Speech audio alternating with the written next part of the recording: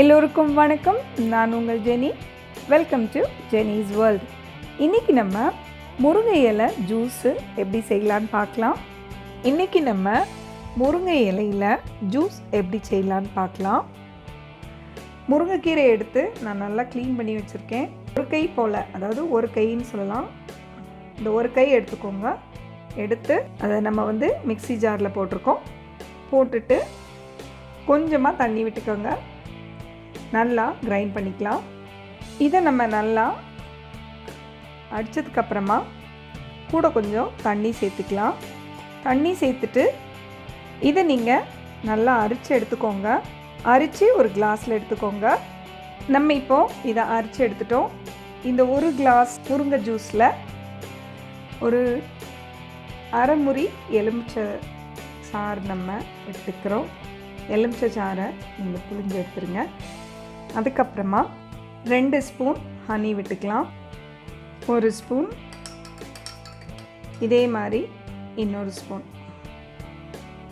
Spoon ரெண்டையும் நல்லா mix பண்ணி விட்டுட்டு இதை நீங்கள் 7 நாள் கண்டினியூஸாக எடுத்தீங்கன்னு சொன்னால் உங்களுடைய உடம்பில் இருக்கிற தேவையில்லாத கொழுப்பை நீங்கள் சீக்கிரமாக குறைக்க முடியும்.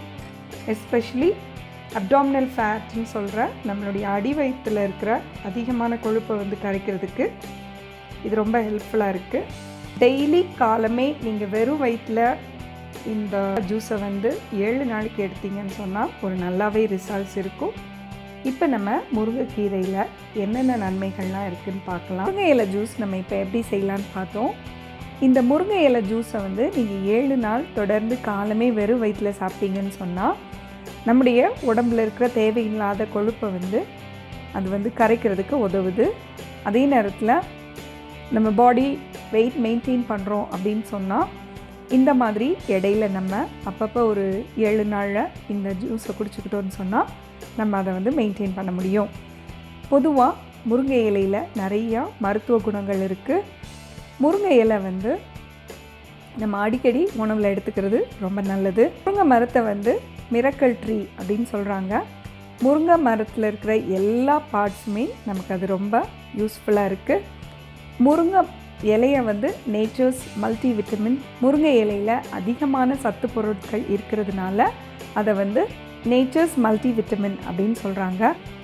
முருங்கை இலை தேவையில்லாத நச்சு பொருட்களை நம்ம உடம்புலேருந்து எடுக்கிறதுக்கும் ரொம்ப ஹெல்ப்ஃபுல்லாக இருக்குது. அதே நேரத்தில் தேவையில்லாத கொழுப்பையும் கரைக்குது. நோய் எதிர்ப்பு சக்தி நம்ம உடம்பில் அதிகரிக்கிறதுக்கு இந்த முருங்கை இலை நமக்கு ஹெல்ப் பண்ணுது. முருங்கைக்கீரையில் அதிகமான சத்து இருக்குது. பாலக்கீரையில் இருக்கிற இரும்பு சத்தை விட 25 மடங்கு அதிகமான இரும்பு சத்து நமக்கு முருங்கைக்கீரையில் இருக்குது. ஆரஞ்சில் இருக்கிற விட்டமின் சியை விட 7 மடங்கு அதிகமாக முருங்கைக்கீரையில் இருக்குது. வாழைப்பழத்தில் இருக்கிற பொட்டாசியத்தை விட 15 மடங்கு அதிகமாக பொட்டாசியம் முருங்கைக்கீரையில் இருக்குது. முட்டையில் இருக்கிற புரோட்டீனை விட 4 மடங்கு அதிகமாக நமக்கு முருங்கைக்கீரையில் புரோட்டீன் இருக்குது.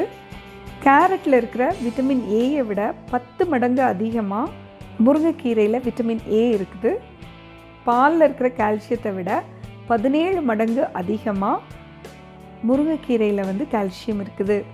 ஸோ இப்படி எல்லா தேவையான மல்டி விட்டமின்ஸ் எல்லாமே நமக்கு இந்த கீரையில் இருக்கிறதுனால நம்ம இதை எடுத்துக்கிறது ரொம்ப நல்லது.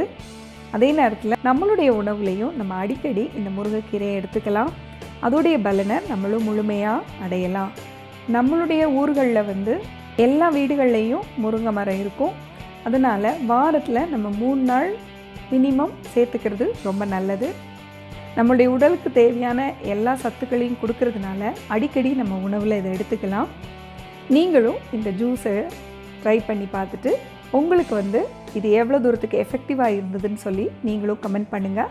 வீடியோ பிடிச்சிருந்தது சொன்னால் சேனலை சப்ஸ்கிரைப் பண்ணுங்கள். வீடியோ பார்த்ததுக்கு ரொம்ப நன்றி. வணக்கம்.